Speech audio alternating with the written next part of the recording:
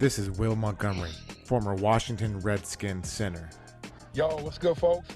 This is Trey Johnson, the headbanger, yo, and you're listening to Mess Hall with Rally Captain and Tailgate Ted. Word. What's going on, Rally? How you doing, man? Ted, it's Wednesday, which means that we've got another week to do the right thing and hopefully get it right on Sunday. Let's do this. Hey, it's Bounce Back Wednesday, man. And a hump day. We got a chance to completely forget about what the hell just happened this past week against New York. And curious, did you get a chance to get some of that new Don't Sleep energy from my boy Mike over there, the little shots before your trip up to New York? I did, and I got to tell you, it works like a charm. You have no clue. Now, I will say that it tastes a little different than what I expected. I expected more of a fruity-ish flavor, but it was, hey, once you took it, it was straight to the head, and within, I'd say, 15 minutes, if you will, hey, man, there was no sleeping. I was up. Man, I definitely could have used one of those. I didn't get a chance to meet up with him, and I know I set you up on an email so you guys should try and collab before you bounce out of town, because I got back from Seattle Monday at 6:30, went straight to listen to some band called Depeche Mode with the Yeah, wife. right. I heard 2 hours. I knew one song. So wow. Okay. Shame on me for listening just too much Yo MTV Raps as a kid, I guess. But, you know, it was a good time. I was tired, man. And my problem was I didn't have any Don't Sleeps just sitting in the car waiting to go. I definitely could have used one of those energy shots. And then last night I went to the Caps game and they were losing 4-1. And midway through, I'm like, damn, I could go home and go to sleep right now, or I could have me a Don't Sleep and actually stay up and then stay out and watch the Phillies lose, hopefully game 7. And I went home and ended up watching the Phillies lose on my couch. So it was still a win-win. I just definitely could have used one of those Don't Sleeps, considering it was a rough 48 hours for me. Yeah, and the beautiful thing about the shot is you can put it in your carry-on, you can put it in your bag at going to a stadium or an event, and security won't bother you because it's just a little shot, but it's enough that if you're drowsy, it will wake you up. And that's what I needed, man. And I'll be taking one of those on the plane with me when I head up to New England in a couple of weeks. Yeah, I might need one for Sunday, man. They're talking about 80 degrees. So coach and the team, they didn't practice with pads on today. And he's basically talking about keeping the guys fresh and hydrated and blah, blah, blah, because it's supposed to be 80 degrees on Sunday. And I'm frying, I think, maybe 80 pounds of some Eagle wings out there. So I'm definitely going to need some Don't Sleep for me this weekend at the tailgate to try and keep me moving, especially going into that game. So you're going to need water, bro. You're going to need water, ice cold water to keep you going, and maybe some type of aid of some sort. I'm not going to mention, but we know the different aids that are out there if you need that. But yeah, and probably a couple of cold beers, you know, to help out. But I know it's counterproductive. But yeah, the team's going to need some help too this weekend. We got Philly coming to town, and we all know, you know, as you guys listen to this podcast, you follow this team, obviously. We all know how we did up there. Now they're coming down here. They're 6-1. When we played them, they were undefeated. They lost to the Jets, a Zach Wilson Jets. So I was kind of surprised to, you know, watch that game. I've kind of gone through the replay. It was a damn close game that came down to the very end of it, but they kind of showed us the blueprint. And Jalen had 3 interceptions that game, and he's had a couple of picks, and he's got a banged up leg right now. So it's not a impossible task to think that we can take these boys down. But last week, Philly was 3rd on the NFLPower Rankings, and they got that dub. Where do you think they are now? Probably 2. Yeah, I'd say 2. Are you going to stick with that one? Well, since you said it that way, I'll say 1. No, they're 2. You got it right the first time. Oh, see, don't try to fool me, man. If I got it, say I got it. You know what I mean? Come on, I got you. You made me think I didn't get it. Hey, it works out. It works out. It says here the Eagles were down both starting safeties and their slot corner, and they still held Miami to a season low 244 yards and 10 offensive points. Tua was under pressure all game, and even taking into account his ability to get the ball out quickly, it seemed to have a cumulative effect. This is where defensive coordinator Sean Desai might be able to separate himself from his predecessor. I loved how Sean would not let Miami off the hook, providing constant pressure.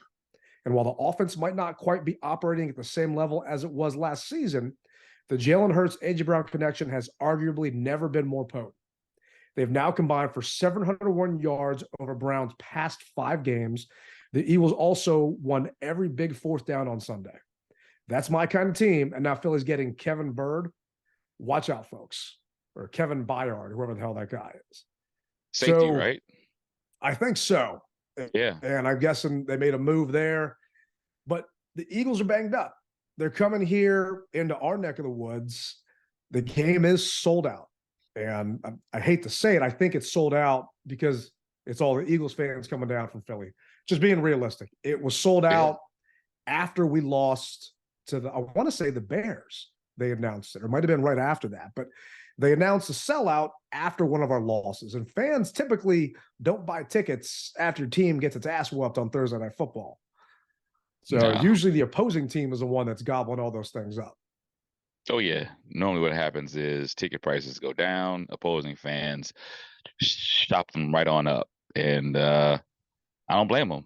I'd be doing the exact same thing. Yeah, I mean, that's kind of what I was hoping was going to happen when I went down to Atlanta. They take a big old L, and next thing you know, those prices drop.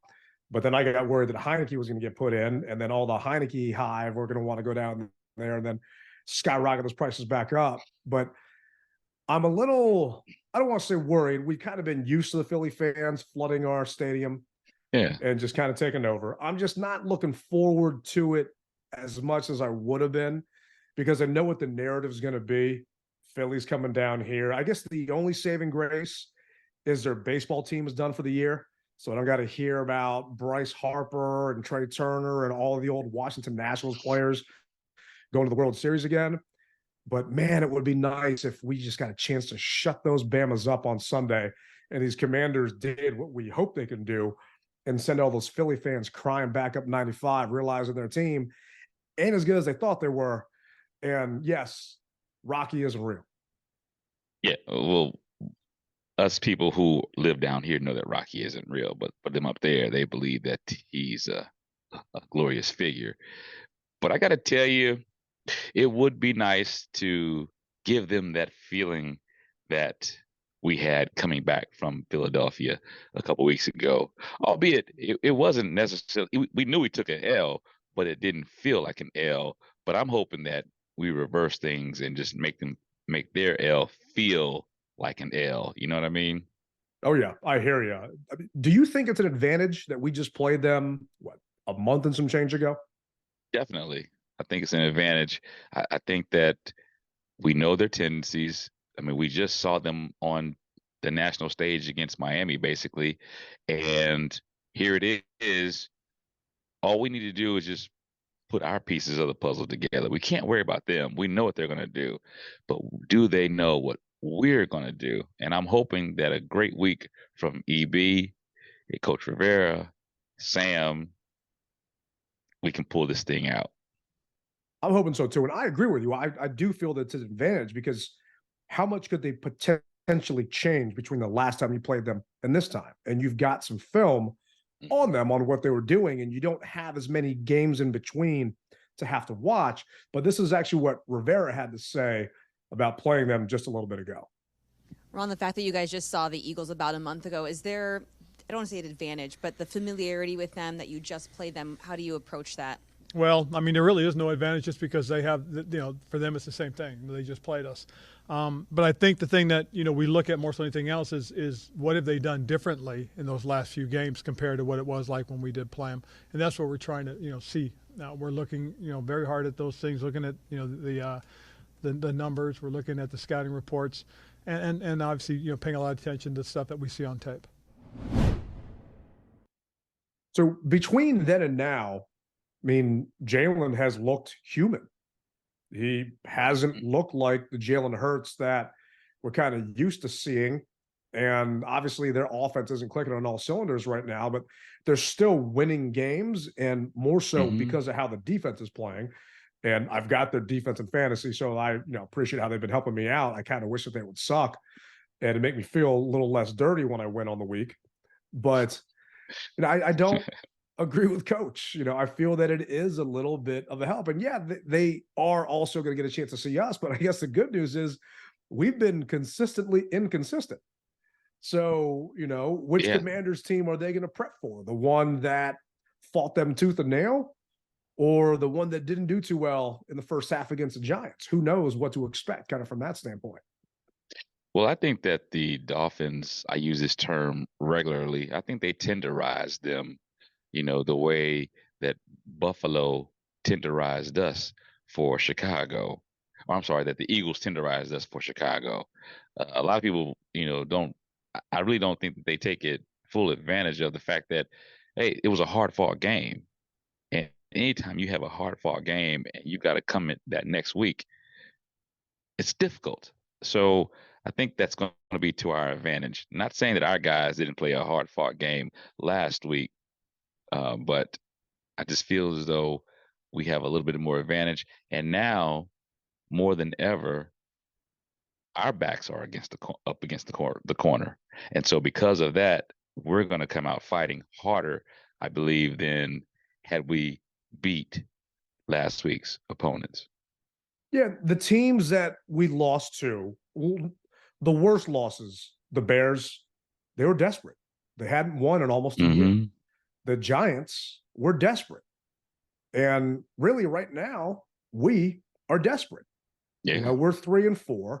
We're coming into a tough part of the schedule, and we'll be 0-3 in the division if we drop this game.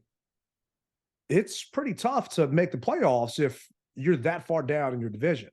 And, I'm trying to be realistic, going back and forth with some of our listeners and people on Twitter. I mean, I don't know if we're going to make it there, just looking at the schedule. But then again, later on down the road, who knows? When we play Miami, is Tua going to be there? I thought that Jets game on Christmas Eve was going to be somewhat impossible. But, that's when Aaron Rodgers was playing. He's obviously not right now, and I doubt he's going to be back by then considering what he came down with. Who knows if San Fran is going to be the juggernaut come, New Year's when we play them. So it's not insurmountable to think that we could potentially still turn this thing around, but they got to make some changes. And actually, Rivera talked about that today. And I was kind of surprised at some of the changes he's talking about making. This is actually what Coach said. I want to hear this. We're looking at a lot of things right now and things that we want to do as far as going forward with the offensive line. Anything you can share? No, just like there's a lot of things that we're talking about and discussing and looking at. So they're looking at making offensive line changes. And I'm kind of shocked to hear Rivera say that. Now, Sadiq Charles did not practice. He's got a strained calf, and I believe he went to get an MRI. Sam Cosme today on the injury report was listed as limited. But those two guys aren't the ones I'm concerned about and want taken out. I think Sadiq Charles has been our most consistent offensive lineman this entire time. But if we go back and look at last week's PFF grades, guess who had the worst pass block grade of the bunch? Wiley. Believe it or not, it wasn't Wiley. It was Nick Gates, right up the middle, your center. He got a 26.1 in his pass blocking. And Sam was getting pressure right up that middle. And sometimes it wasn't from blitzers. It was just from regular guys coming up the middle that Gates was having an issue with. And we do have another center on our roster that might be able to help out. And this is actually what Coach talked about potentially doing. Since you know what you have in somebody like Tyler Larson, is there any consideration to using him more or moving to him at this point? There is, as I said, Nikki, a lot of things that we're discussing and talking about and things that we feel can help us. Now, I'm not saying they're going to bench Gates. because this is an admission from Rivera that they brought in a bum at center from free agency. But the fact that he even addressed Nicky's question, they're thinking about it, and it's a possibility. And I'm not saying that Larson is going to fix the problems we got going on, but right now, I'm not liking what I'm seeing from Nick, and he hasn't been doing the job. Well, he's consistently inconsistent, and like a lot of the players are, but it goes back to what we talked about so many pods ago.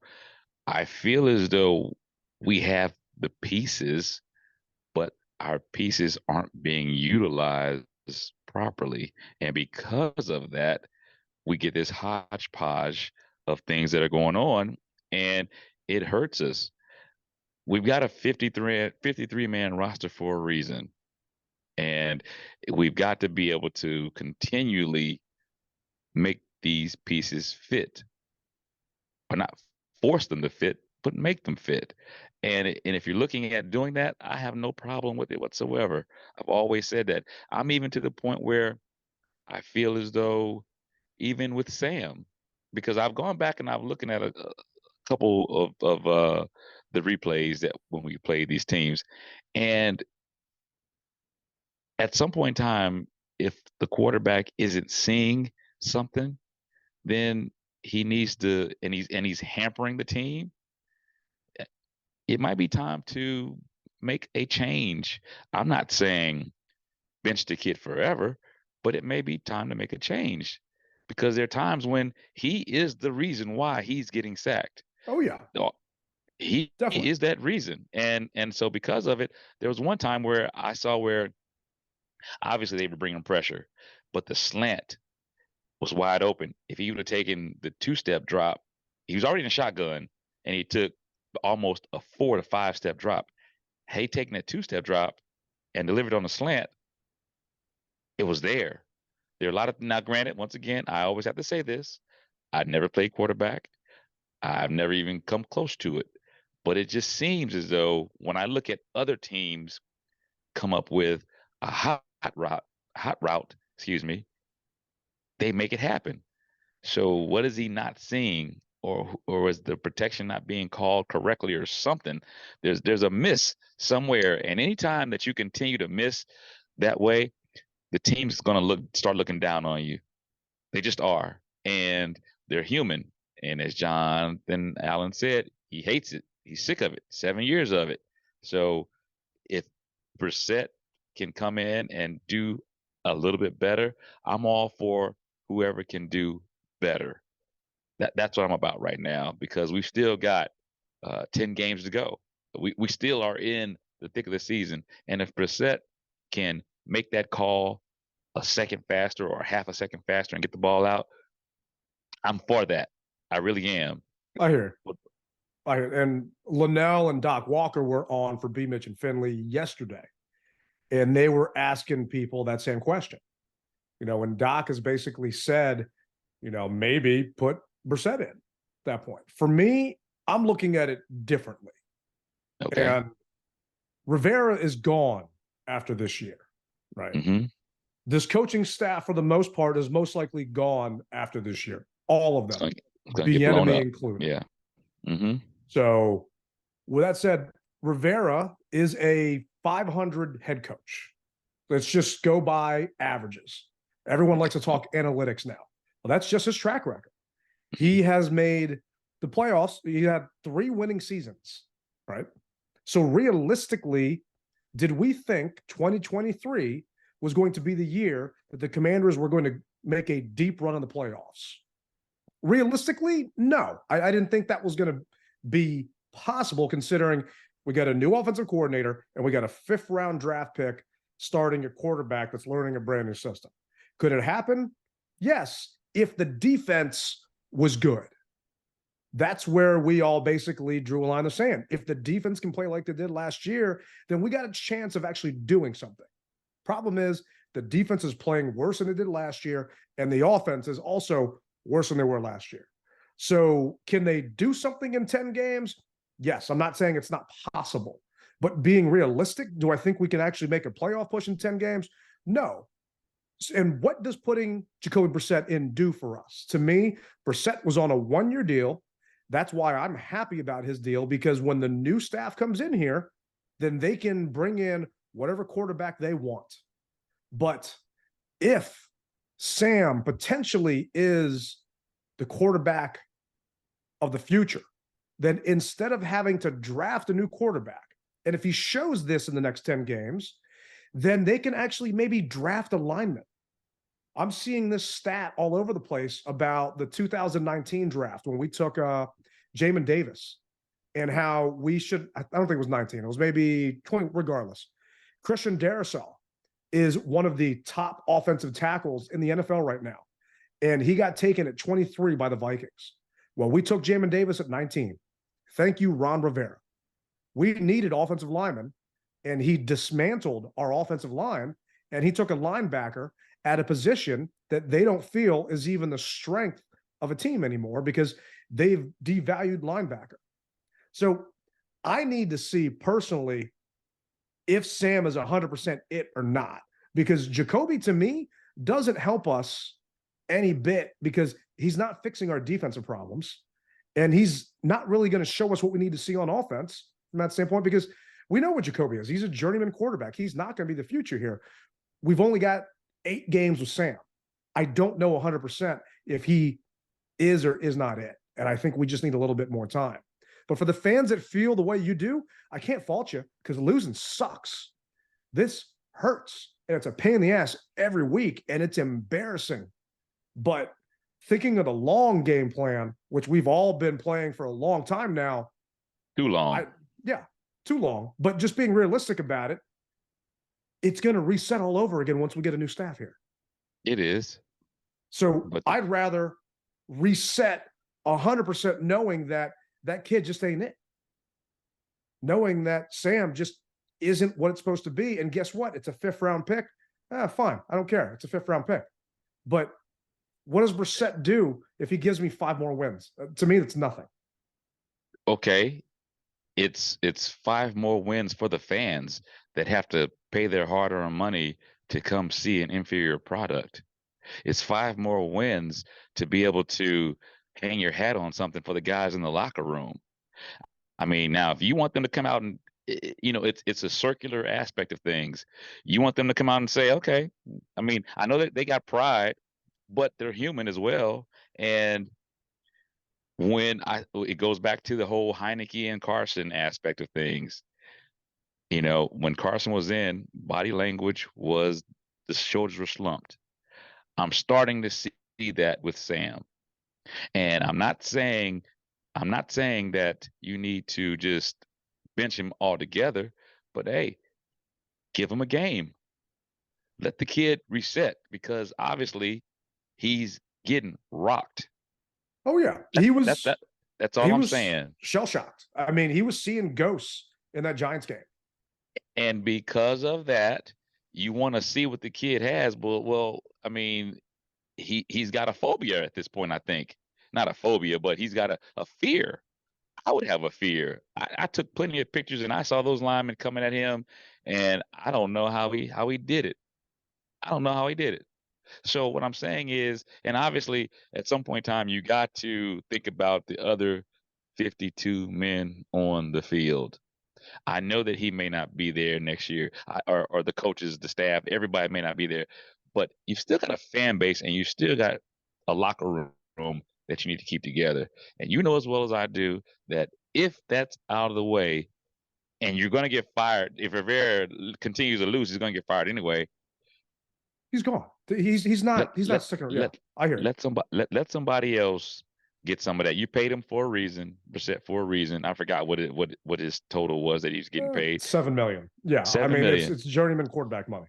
If he can get the ball out 2 seconds early to save himself, or a second and a half to save himself, then I think at that point in time, you do that to give the other guys, not the coaching staff, but the other guys, a sense that you're trying to do something. Because right now, heads are low, man. They just are. They're low because we're getting our ass kicked. I think they're low because everybody realized that game plan last week against the Giants was garbage. That game plan was absolutely horrible. And then they had to wait till the second half to make adjustments. John Kine put this tweet out the other day. Washington used 7+ pass blockers on 14 dropback Sunday. They had used that number 16 times combined in the first 6 games. And part of this is you've got a first-time play caller in Eric Bieniemy and a 5th-round kid in Sam Howell and a porous offensive line with Nick Gates having less than a 30% pass block grade that are just getting rocked. And yes, will Jacoby help? Yeah, because he knows to get rid of the ball faster. And yes, this sucks. It's no fun following a team that you know is just going to get rocked on Sunday. Unfortunately, it's just part of being a Commanders fan. And I'm thinking long term that, hey, you know, us getting to 8 and 9 doesn't really do us any good. Yeah, it's going to feel better. 5 more games and you and I will get our FanDuel bet. That'll definitely help out with some of the Bills. But realistically, I don't think we're there yet with the players because they know it's not all 100% on Sam. If this was like Carson Wentz last year, everyone knew Carson was crap and it was all on him. But Sam isn't 100% what's wrong with everything that's happening on Sunday. But this is actually what Ron had to say about committing to Sam long term. Ron, along the lines of what you're saying about Sam, the importance of him and how that's a big focus, obviously, does that mean you're committed to him, playing him, starting him the rest of the season, barring the unforeseen? Well, I will tell you this. I'm committed to him, Ben. We'll see how things go, Ben. But, you know, I can't predict the future, and the only thing I'm going to do is I'm going to focus in on one game at a time because the truth of the matter is that's the only thing that matters right now, and that's getting ready for Philadelphia. Once I get done with this conversation with all you guys, it'll be on to Philadelphia. Ron talking about one game at a time. This is what I can see happening for Sam's ego. And to save that kid to a degree. He takes a hit. He's taken way too many. He takes a sack. Next thing you know, he pops up on an injury report. Is it a real one? We all know that they put fake injuries out there to try and stash guys on different rosters. But to maybe save Sam some pride, maybe he does sit a game because he's got a injury at that point. And maybe we do see Brissett. I do think we're going to see Jacoby before the year's out because Sam is just getting knocked around way too much. And it's just tough for any quarterback to take those kind of blows. Yeah. I think the thing that bothers me the most that I heard this year was Coach Bieniemy say, hey, you know, at some point in time, he's going to have to get rid of the ball. He'll just have to trial by error. I don't like that. You know, as a kid, and we talked about this, as a kid, your parents tell you don't touch that because it's hot. And then you don't truly, as a kid, understand what hot means until you touch it. And then you say, hot daddy or hot mommy. The kid understands it. Well, he's still not getting the ball out. So is he not understanding? And you're going to just continue to keep him back there until he figures it out, till the light bulb comes on. In the meantime, the detriment of the team. Like I said, I'm not saying quit the kid. I'm not saying that at all. I'm just saying, hey. But there are fans calling for it. There are fans calling for quit the kid. No, I'm not saying quit him. I'm saying, hey, give him a break. I hear you. It's no different than benching Forbes. Okay, there you go. You know, I get it. The thing is, fans that watch the game on TV are not seeing the entire picture. Guys aren't getting open.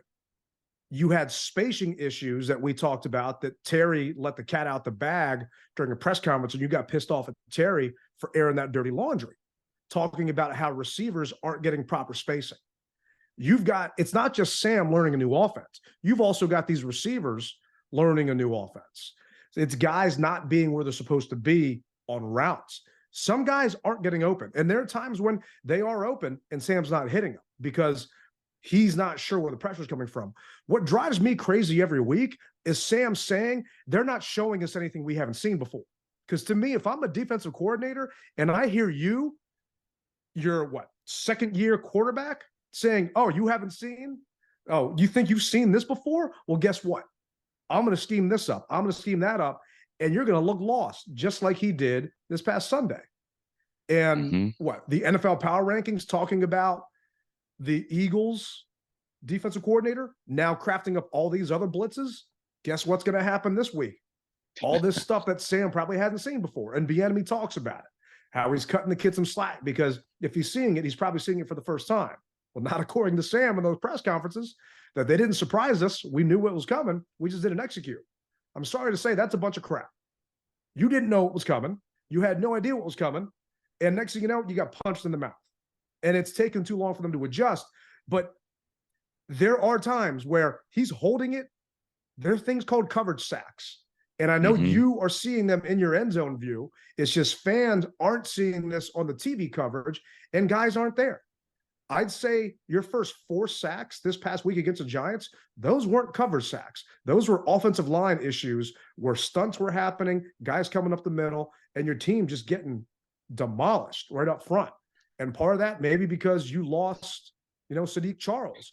But looking at the grade, going to Stromberg when he came in, they gave him a 33. So your center got a 26.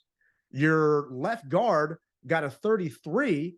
I mean, you're getting pass rush right up the middle. And guess what Tom Brady couldn't handle? The GOAT. Rushing up middle. Right up the middle. Yeah. On top of that, I got into an argument with some jackass in Atlanta about how tall Sam was. It's like, he's not the tallest quarterback out there. So you got these guys coming up the middle. Potentially, he's not seeing guys. He's got to see it. Yeah. It's a culmination of things that are starting to go bad. But to me, you can scheme for those. And they talked about it during the press conference today, rolling Sam out. And it limits your route tree and what your receivers can do. So you can't constantly do that, because then defenses can sit on those routes and just wait, because you're losing half the field. But when the Jets beat the Eagles, Wilson used his legs some more and bought him some time. And maybe they don't want to do that because Sam's already taking hits. But to me, I loved playing defense versus offense, because I was the one making the hit. Delivering the blow. Exactly. If Sam is the one running the ball and delivering the blow and not getting blindsided, it's a completely different story versus him just getting hit from behind. And this was a stat by our boys over at Ref the District. Let me pull this thing up. That's one of the biggest things, man, is when you're a runner, you know what to look for. And it's almost like he forgets that the guy that went past him can't touch him. You know what I mean? It's like, oh, he went past me. He's out of bounds, out of limits. No, he's coming back around for that second swipe. So you gotta be able to realize that and tuck that thing and run it, man. You do. And the Commanders have had 455 offensive snaps in 2023. When we were tied, we had 80 snaps. 34% of those were run plays. 66% of those were pass plays. When we were tied, okay? When we were ahead, 94 snaps, 42% were run plays, 58% were pass plays. When we're winning the game, typically you want to eat up clock and just keep driving that ball. When we're behind, 281 snaps, 21% were run, 79 were pass. So I get that, but I just feel that we're not a balanced offense at all.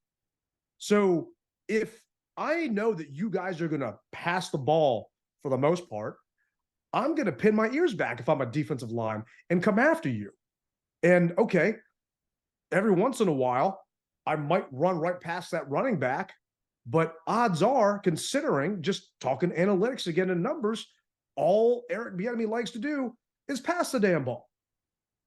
If you gave this offense some balance, maybe it wouldn't be so bad.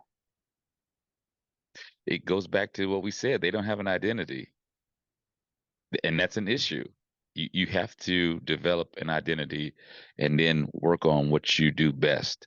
And right now, we're still trying to figure out what we do best. 7 games into the season. Yeah, and it's week 8. I don't know what our identity is because we're not a running team. We're not a passing team. What are we? And this is actually what they asked Sam about potential consistency with this team. When things offensively have been right, the Denver game, the Philly game, it's looked quite good. How close do you think the team is to being able to get there consistently? Yeah, I think we're really close. I think the fact that we've already shown we can get there says a lot. And I think we've shown what our potential is. We've shown the standard that we want to play at. It's just a matter of each and every week of going into the game and executing the plan, everyone doing their job. And I think the more we play, the more we'll continue to grow and get better. And obviously we'd like to play at our standard each and every week. And we know in this league it's not going to happen each and every week, but you definitely, you should never lose a game when the defense gives up 14 points. And I think that's the reality of it, and we just got to try to do our part and help our defense out. But there's definitely a standard, and I think we've shown that standard a few times this year, and that's definitely the standard that we chase every single time we step out on the field on Sundays.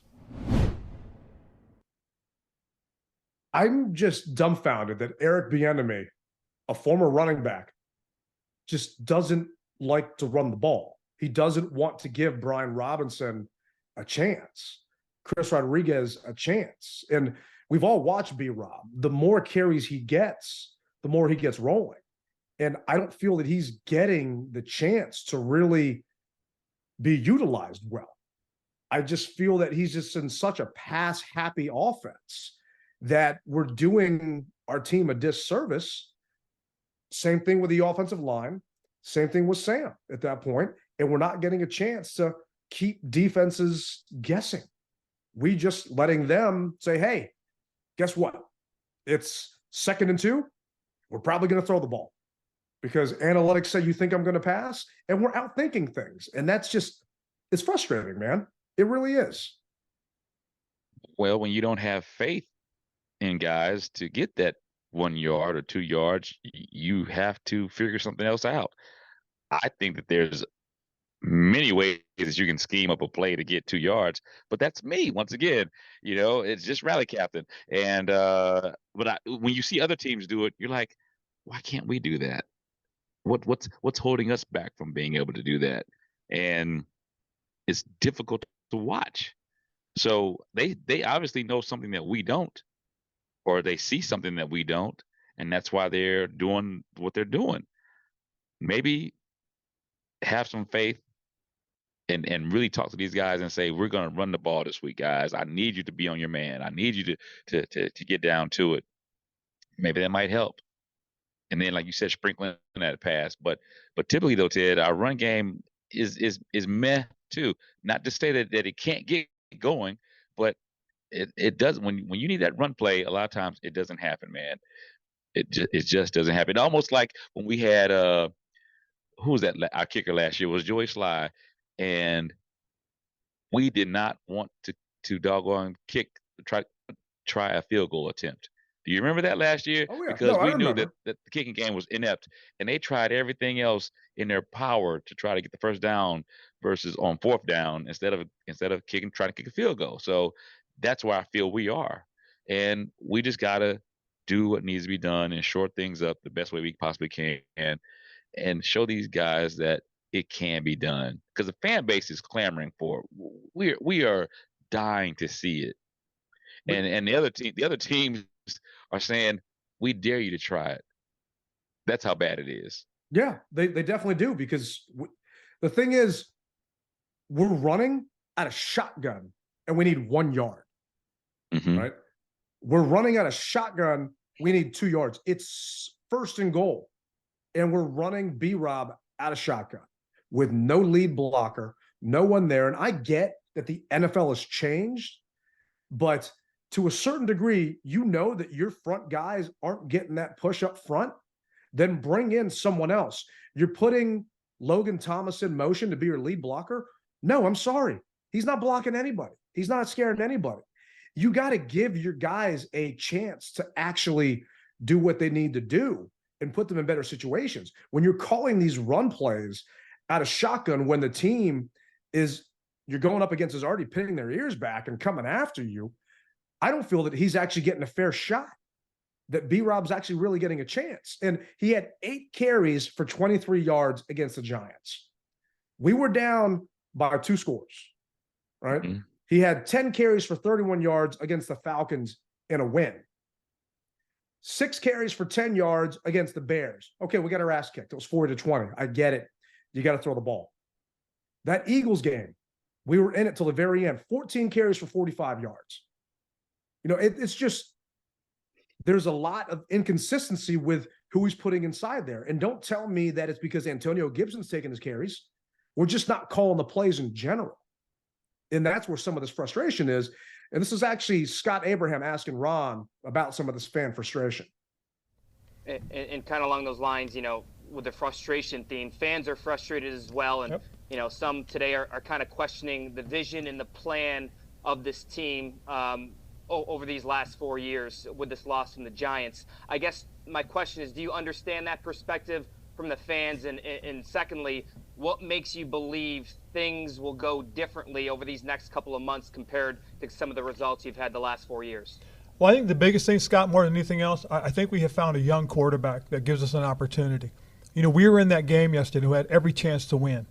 And unfortunately, we didn't do it. And I understand our fans' frustration. Hell, I hear it too. Okay, and I respect them. We're trying to play the best football we can and at the same time grow a football team. You know, we're not going to go around cutting a bunch of people, trading for a whole bunch of people, trying to hire a whole bunch of people. We're trying to develop a young football team to be a very good football team for the future. And that's what we're going to continue to work on. We're going to continue to find ways to win football games, and we'll do the best we can.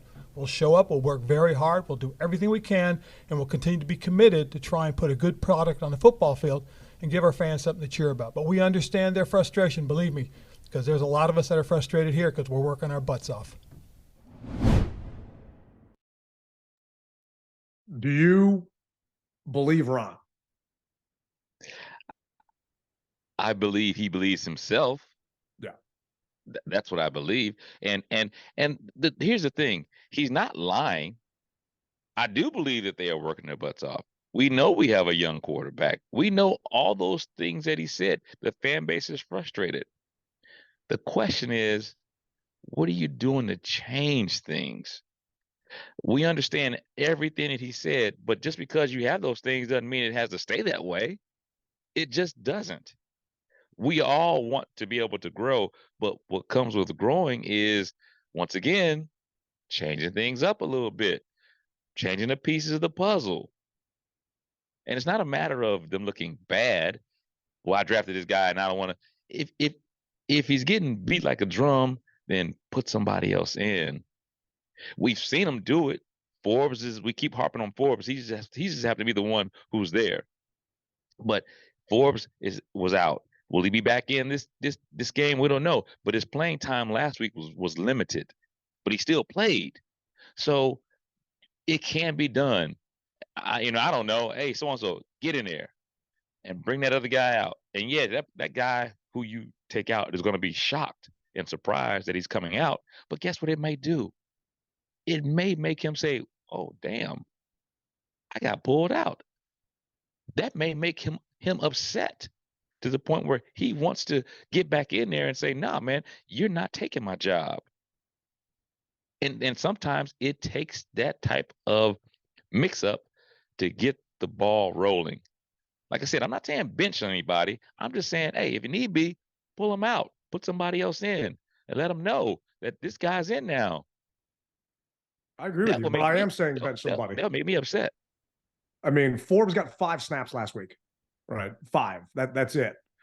He's your number 1 draft pick from this past draft. Yeah. So it's a problem. Quan Martin got hurt, and I think he came back in. He got 5 snaps last week. So that's an issue. Casey Toohill, we're talking 2 sacks. Toohill got 10 snaps last week.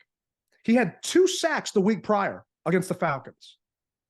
Your guys are gassed. They're having a hard time stopping and getting through this just makeshift Giants offensive line. And Casey got 10 snaps. There is an issue with personnel on this team and playing time on this team. It's obvious that a bunch of your guys were just tired and they weren't getting home.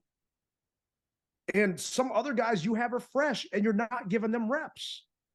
And Linnell was talking about it today on the show. It's almost like the inmates are running the asylum to a degree. Like the players don't want to come off the field. It kind of reminded me of Robert when he got hurt in that playoff game, when we all saw he shouldn't have been out there and he stayed out there. And is it because, you don't want to piss Chase off, so you let him stay out there? 61 snaps Chase got. Montez got 48. So there's obviously room in there for another defensive end to go in. Why did Casey, who had a hell of a game the week prior, only get so many reps? It's just things like that are what frustrate me, because we do have playmakers on this team. I just don't feel that they're getting a chance to actually make plays because they're not being given the opportunity for whatever reason. And now here comes the trade deadline.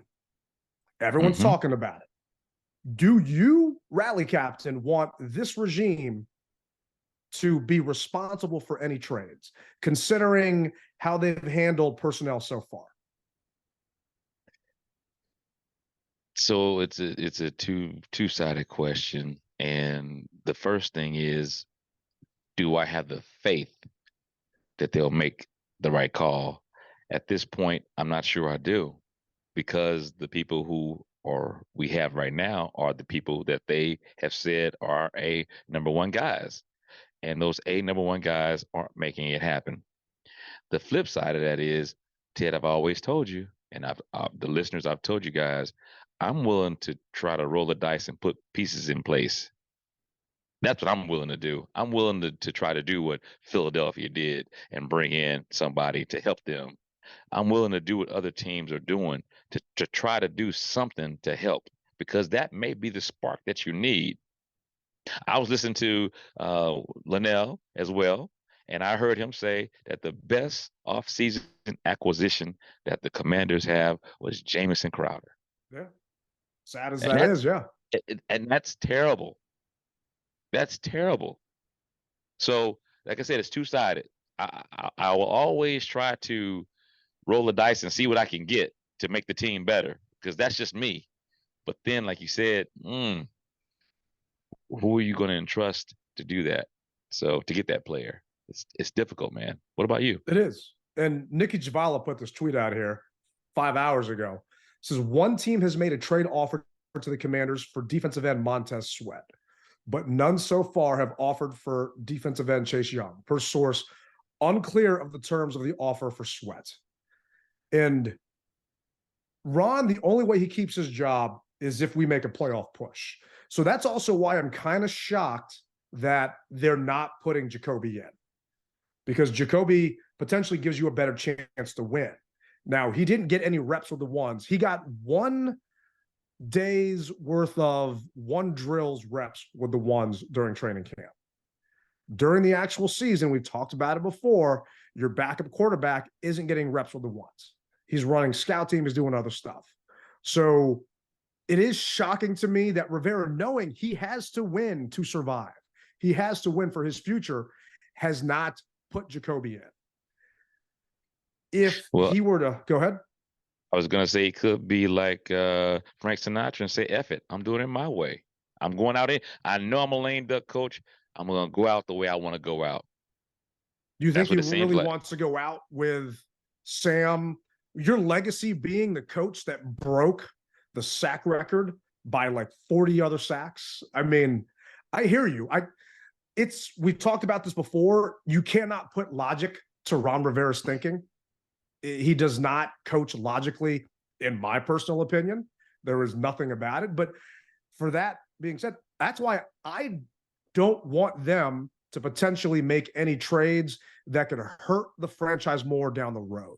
Because if he trades Montez for a 4th round pick, who's to say the new GM that comes in, the new coach that comes in, doesn't want to try and work something out with these guys? Doesn't want to try and work. I don't think we can keep both Chase and Tez. I think it's just way too much. They also have the same agent. So now you're negotiating for the same bag with the same agent at that point. But I don't think I trust these guys to make the right decision for what's best for us long term. And I hope that Josh Harris and the Hogs are getting some type of guidance from some outside GM source to basically say, hey, don't let more damage be done by this regime. But I don't know. I'm not sure what's going to happen. The only thing I am sure of is it's all going to change next year. I just hope that more damage isn't incurred to this fan base and to this franchise based upon who's still here. And well, depending on what happens up to the bye, there may be a change after the bye. There potentially could be a change after the bye. And you know, I was on record saying, hey, I'd like to see what Bieniemy can do. But right now, he hasn't shown me that he can do what he needs to. Shockingly, we were 3-4 last year. Guess what? We're 3-4 again. Does this feel the same 3-4 to you? Because for me, this feels worse. I agree. It feels definitely worse. We were making a move at this point with Heineke, and it seemed like there was more momentum. They wanted to play more. I'm not saying they don't want to play now. So if anybody is listening and they say, well, Rally Captain said they don't want to play, I'm not saying that, but it just feels differently. There's a shift, and I can't put my finger on it necessarily, but there definitely is a shift. And so, and once again, here we are. Heineke came in due to Carson's finger injury, but once he came in, there was a shift. Not being me, but Brissett could be that shift. We just don't know. And I told you, and I'm going to continue to say it, keep figuring the pieces out until they mesh. And right now, we're still like a kid trying to put that puzzle together. The edges are set, and sometimes the edges aren't set, where you can start working on the interior part of the puzzle. We almost have to take a brand new puzzle out of the box and just lay it on the table and start putting it back together again. That's what it seems like. I'm talking about taking scissors and cutting pieces and just jamming them in there at this point. No, because the problem with the puzzle. Yeah, no, it definitely won't. But the problem with the puzzle is we all talked about this offensive line. Mm-hmm. You can only do so much. So if Rivera is being true and talking about making other changes at offensive line and putting in Larson, you know, okay, you change your center out. If we don't have Sadiq Charles this week, who's going to be playing left guard? It's going to be Stromberg. You know, there's just so many things there. And to me, this is where coaching is a disconnect, where you have got to put your guys in better situations. You know, you now have journeymen inside there, not just in other positions, but in key positions up front. Then do a better job scheming and go back to a different game plan. Throw what you want to do out the freaking window and then maybe change it up and try something else. Because Scott Turner was calling a ton of offensive plays last year. And Ron said, hey, we got to change it up and run the damn ball. Maybe do that this week. I get that the Eagles are first in run defense. So this might not be the week to do it. Yeah. Hey, They've you never know, though. 24 sacks this season, but you know, the Eagles are first in run defense with just under 63 yards. They're 18th in passing. But maybe call some screens like you did against the Broncos, because you know those Eagles defensive linemen are going to be coming after Sam or maybe Jacoby or whoever else is in there. Yeah, because we didn't call a screen till the third quarter, man. Yeah, they know they can get that bonus check against us. I mean, each team has been doubling their sack total as they come up against us. Yeah. If the Eagles end up with 24 sacks this week, there is zero chance that Sam's going to be in that game. Well, like you said, a mysterious injury will come about, like Dax Maline and Jamison Crowder. I mean, that's just how it'll happen, mysteriously. The Eagles are banged up. Jalen is human. To me, it's like that scene in Rocky where Drago starts bleeding and they're talking to him in his corner and saying, he's human, he's human. Jalen's throwing picks and he's got a banged up leg. They're talking about him playing with a brace this week. That brace is going to slow him down. What are your keys for us to hopefully leave FedEx with a win for the first time since week 1. Better linebacker play, and don't get beat with the deep ball. If it means keeping those guys 10 yards in front of you, so be it, but don't get beat with the deep ball.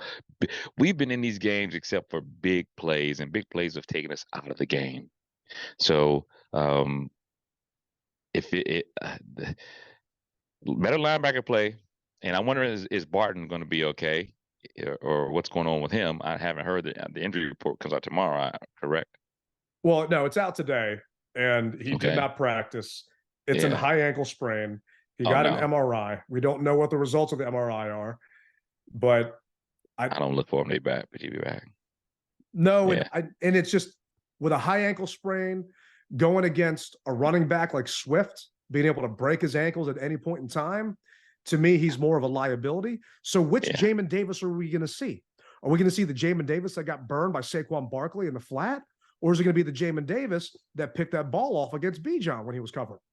And going back to the consistently inconsistent of this team.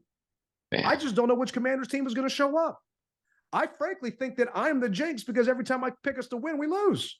So I don't know what's happening at this point because these guys, you just want to bang your head against the wall like Farrat did and he got knocked out that game because they just frustrate you so much because we know the potential they have. They're just not putting it together for not even 4 quarters, not even a half at this point. Man, the only thing we can do is just go ahead and get this Sunday over with. That's what we can do. We can talk to it blue in the face, but the fact of the matter is a football game will be played Sunday, whether our best guys are on the field or our not so best guys are on the field, if you will. So let's get this thing going, man. That's what it boils down to, and you can't sugarcoat it. It is going to be another body bag game, or we're going to have our manhood restored. I hear you, man. And to me, if we want to win this game, we got to be better on third down. Okay. I mean, we're 29% on third down. Their average third down was 9 yards last week. We got to get to third and manageable again. And I'm just going back to, Sam getting rid of that ball and taking the incomplete versus the sack. Bieniemy, instead of 2nd and 2, maybe call a run instead of that pass because you're having a problem because it's the same Eagles defense that we faced just a couple weeks ago with those same players, Jalen Carter and all the other guys coming. Fletcher Cox, those guys ate last time against us. You know what they like to do. Changes, maybe for a change, let us dictate versus being dictated to. And maybe if we do that, we can leave Sunday with a dub. But for you, who's your don't sleep player, energy player of the week? Who's got to have that game for us to make sure we get that win? Oh, man. So it starts and it ends with the quarterback, man. Sam's has to do better. And I said that before, but he just does. I can't put it on anybody else. If Sam does well, everyone else will do well. We go how Sam goes. I hear you. And I'm not putting it all on him. I'm going to say it's got to be my front three. It's got to be Nick Gates. It's got to be Stromberg if he's in there. And it's got to be Sam Cosmi. Because we know the Eagles' interior pressure is just going to be ridiculous. And I need those guys to give him a little bit of time. Because I don't know if Bieniemy at this point is going to adjust. But those guys can still give him a little more time than he's gotten lately. Or else Sunday's potentially going to be hell. But one thing I do know is I'm saving you a cheesesteak. So make sure you stop on by. I got you. I'll be there. I will definitely be there with shorts on in October. Degrees. The shorts on in October. Love to hear that. Love to see that. Love to feel that. hopefully the sun can shine on our Commanders and have us victorious against the Eagles later this week. So I hear the music playing in the background. Thank you guys for riding with us. We'll see you on Tuesday, next Tuesday. You guys rep it hard, but don't rep it at all. Tailgate Ted, Rally Captain. We'll see you next week. Peace.